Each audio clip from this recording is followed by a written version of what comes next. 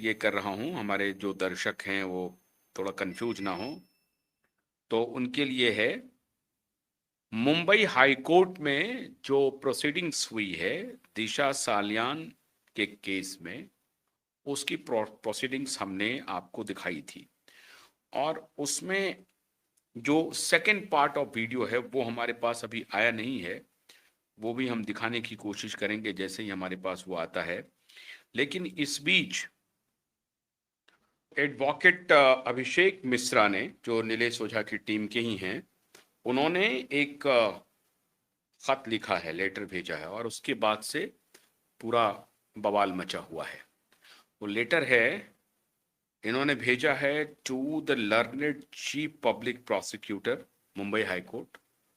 और the police inspector investigating officer Malvani police station Mumbai. मैं कुछ पैरा मैं आपको पढ़ के सुना रहा हूं, बल्कि स्क्रीन से ही मैं पढ़ के सुनाता हूं, जो थोड़ा आपको, हाँ,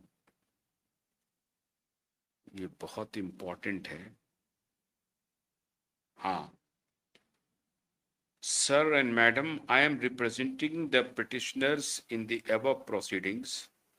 During the hearing held on 3/08/2026, the Honorable Division Bench was pleased to specifically record the grievance of my client that the necessary documents, including both the accidental death report (ADR) and entire material collected during the so-called ADR inquiries, have not been furnished to the petitioner despite repeated requests and despite the binding furnished to the petitioner despite repeated requests and despite the binding precedents, which mandating the police officer to provide the copy of report to the family members of the deceased. The Honorable High Court, कुछ ही para मैं पढ़ के सुना रहा हूं, जिसके बाद आपको थोड़ी सी तसल्ली हो जाएगी कि ये खेल अभी क्या चल रहा है। The Honorable High Court directed the petitioner's counsel to serve a comprehensive list of documents, records, and materials required for the investigating agency with an expectation that the same would be furnished and examined, exchanged with the learned chief public prosecutor before the next date of hearing.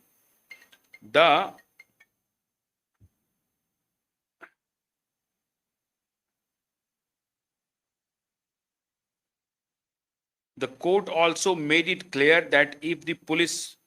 authorities oppose or refuse the petitioner's request for supply of the requested documents and materials, the court would examine and decide the issue on the next date of hearing. That is very important. अब इनको, अब बाकी जो CrPC है, कैसे कैसे क्या भेजना है, वो सब अलग विषय है, इसमें किसमें घेरे में आएंगे। सबसे इंपॉर्टेंट तथ्य यही था, कोर्ट ने कहा कि भाई 5 साल हो गए आपको, आपने जो एक्सीडेंटल डेथ इंक्वायरी की उसकी रिपोर्ट है आपके पास। उस रिपोर्ट को जो डिसीज्ड हैं, उनके परिजन, उनके पेरेंट्स, उनके पिताजी सतीश सालियान, उनके एडवोकेट आपसे डिमांड कर रहे हैं, तो आपने क्यों नहीं दिया? और अगर अगली तारीख को, मतलब 23 या 24 अगस्त को जो तारीख पड़ी हुई है, उसमें उसके पहले अगर आपने 24 तारीख को ये डॉक्यूमेंट, एक्सीडेंटल डेथ रिकॉर्ड जो इन्वेस्टिगेशन है उसका रिपोर्ट आपने नहीं दिया, तो फिर हम देखेंगे। अब इस आलोक में जो ये पत्र भेजा गया है, उस पत्र में डायरेक्ट कहा गया है कि 3 दिन के अंदर, जब ये पत्र आपको रिसीव हो जाए, और रिसीविंग हो गई, ये स्पीड पोस्ट से भेज दिया गया है, पब्लिक प्रोसिक्यूटर को भी भेजा गया है, और मलबानी पुलिस स्टेशन के इंस्पेक्टर को भी भेजा गया है, इन्वेस्टिगेटिंग ऑफिसर है उनको भी भेजा गया है। 3 दिन के अंदर अगर एडीआर एक्सीडेंटल डेथ रिपोर्ट आपने नीलेश ओझा को नहीं सौंपा, सतीश साल्यान को नहीं सौंपा, और उसकी एक कॉपी पब्लिक प्रोसिक्यूटर के पास भी होनी चाहिए। पब्लिक प्रोसिक्यूटर तो मांगेगा ही मांगेगा। और अंदर की बात बताते हैं कि जिस समय ये हियरिंग 3 तारीख को खत्म हुई, तो हियरिंग के फौरन बाद 8 तारीख को खत्म, 3 तारीख को, हाँ जो भी लास्ट डेट में जो हियरिंग थी, जैसे ही 3 अगस्त को ही थी, जैसे ही वो हियरिंग खत्म हुई, उसके बाद बाहर आकर के हमारे रिपोर्टर ने जो हमें सूचना दी वो ये थी कि पब्लिक प्रोसिक्यूटर जो थे वो पुलिस वाले को कहने लगे कि भाई अब मैं आगे कुछ नहीं कर पाऊंगा, तुम लोग हमारी भद पिटवा रहे हो। नीलेश ओझा जी ने सबके सामने में कोर्ट में कहा कि एडीआर की जो रिपोर्ट है वो रिपोर्ट गायब कर दिया गया है, वो है ही नहीं रिपोर्ट, वो कहां है वो पता ही नहीं है। पोस्टमार्टम जो रिपोर्ट है वो पोस्टमार्टम रिपोर्ट भी फर्जी है। और जो एक्सीडेंटल डेथ रिपोर्ट का क्यों इन्होंने कहा, इसका जिक्र उन्होंने किया था कि जब सीन रिक्रिएशन हुआ तो सीन रिक्रिएशन का भी रिपोर्ट है मलवानी पुलिस स्टेशन के पास।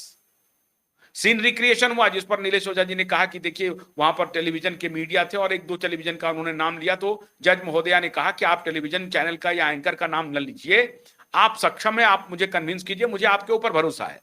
तो नीलेश ओझा जी ने कहा कि सीन रिक्रिएशन हुआ वहां पे, उसकी रिपोर्ट है, और वो रिपोर्ट ऐसी रिपोर्ट है जो कि जहां पे बॉडी मिली थी वहां तो वो है ही नहीं। मतलब दिशा साल्यान के हाइट वेट के पुतले को जब ऊपर से नीचे फेंका गया तो जो बाउंड्री वॉल है सोसाइटी का वो लगभग 10 फीट चौड़ा है, उसके बीच में मतलब बिल्डिंग और बाउंड्री वॉल के बीच में 10 फीट है, और उसके बाहर 10 फीट मतलब 20 फीट जाकर के दिशा की बॉडी मिली थी। वो रिकॉर्ड पे है, पुलिस के रिकॉर्ड पे है। जैसे ही सीन रिक्रिएशन हुआ तो वो जो पुलिस का रिकॉर्ड था वो फेल हो गया, और कैमरा था वहां पे मौजूद, कैमरा ने रिकॉर्ड कर लिया, वो डिजिटल प्रूफ भी है अलग। अब वो रिपोर्ट जो है वो एडीआर में संलग्न है सीन रिक्रिएशन का। भाई सीन रिक्रिएशन के रिपोर्ट में कैसे होगा, कौन कौन पुलिस वाले गए, कितने बजे गए, कहां कहां गए, सीढ़ियों से गए, लिफ्ट से गए, 14वें माले पर या 12वें माले पर कहां गए, फिर कौन अंदर गया, फिर वो जो वेट बनाया गया था उसका डिस्क्रिप्शन रहेगा कि भाई दिशा का हाइट वेट क्या था। अब हाइट वेट में अगर इन्होंने गड़बड़ी की, वहां पर हुआ था या नहीं हुआ था, पोस्टमार्टम के समय में वेट लिया गया या हाइट लिया गया, भगवान जाने। लेकिन अगर दिशा के हाइट वेट के हिसाब से या उनका जो फोटोग्राफ है, उनका जो